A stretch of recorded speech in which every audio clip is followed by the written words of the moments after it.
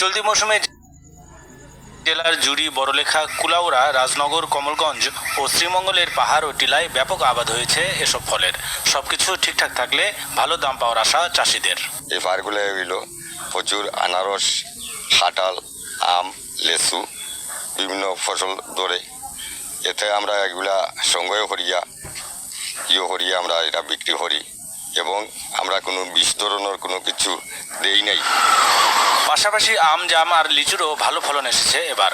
রসালো সব ফল স্থানীয় চাহিদা মিটিয়ে চলে যাচ্ছে দেশের নানা প্রান্তের ভোক্তার কাছে। টিলা জায়গা থাকার কারণে মানুষের চাহিদা অনেক বেশি, কারণ এই ফলটা খুব ভালো হয়।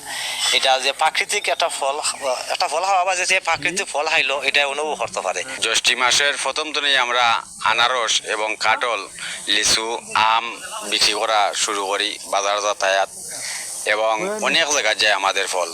শেরপুর এবার দিরাই পর্যন্ত যায়, সিলেটও যায়, বিভিন্ন জায়গায় যায় আমাদের ফল। পাহাড় টিলায় ফলের আবাদ সম্প্রসারণ ও সুষ্ঠু বাজারজাত গড়ে তুলতে কাজ করছে কৃষি সম্প্রসারণ অধিদপ্তর। এই অঞ্চলের কাঁঠালটা একটু বিশেষত্ব রয়েছে, খুবই মিষ্টি এবং বাইরে তার বেশ চাহিদা রয়েছে, ভালো ফলন হয়েছে, তারা বাজার মূল্য বেশি পাচ্ছে। এছাড়াও এই অঞ্চলের বাহিরে বিভিন্ন জেলায় তারা কাঁঠাল বিক্রি করছে।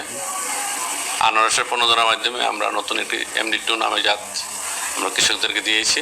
আশা করছি এই জাতটাও ভালো করবে।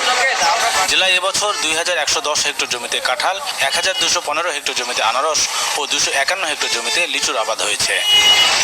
Desk report, channel 24।